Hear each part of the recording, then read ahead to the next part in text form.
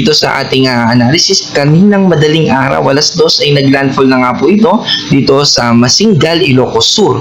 At sa kasalukuyan, ito po ay nasa vicinity ng Bangged, Abra. May lakas pa rin ito ng hangin na umabot ng 65 km per hour at pagbuso na umabot ng 110 km per hour. Kumikilos ito eastward pasilangan sa bilis na 10 km per hour. At dahil nga po dito kay Bagyong Maymay ay meron tayong mga lugar na nakataas sa signal number 2 at signal number 1. So, mas nadagdagan pa po yung nakataas sa signal number 2 na isusunod natin dito sa ating forecast track.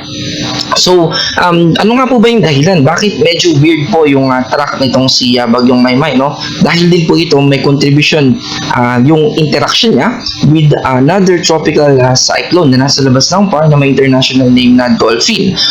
Usually, kapag may at least same na intensity at less than 1,400 kilometers or approximately about 1.4k na 1,400 kilometers yung distance ng dalawang bagyo sa isa't isa at hindi nagkakalayo yung kanilang intensity ay nagkakaroon ng Fujiwara effect. But in this case, ang mas mangyayari po ay hihigupin lang nitong si Typhoon Dolphin, itong si Bagyong Maymay, na kung saan ito rin yung nagko-contribute. Kaya naman, ito ay pa eastward ang kanyang movement at dahil naglandfall na ito at sa kasalukuyan ay nasa Bangged, Abra, yung interaction niya sa kalupaan yung tutulong para mas humina pa ito at posible nga po na mamayang hapon around 5 p.m. ay nasa tropical depression na lamang ito at posible na mamayang gabi ay lalabas na rin ito sa ating kalupaan and eventually ay patuloy pang mas hihina hanggang sa ito ay maging low pressure area na lamang.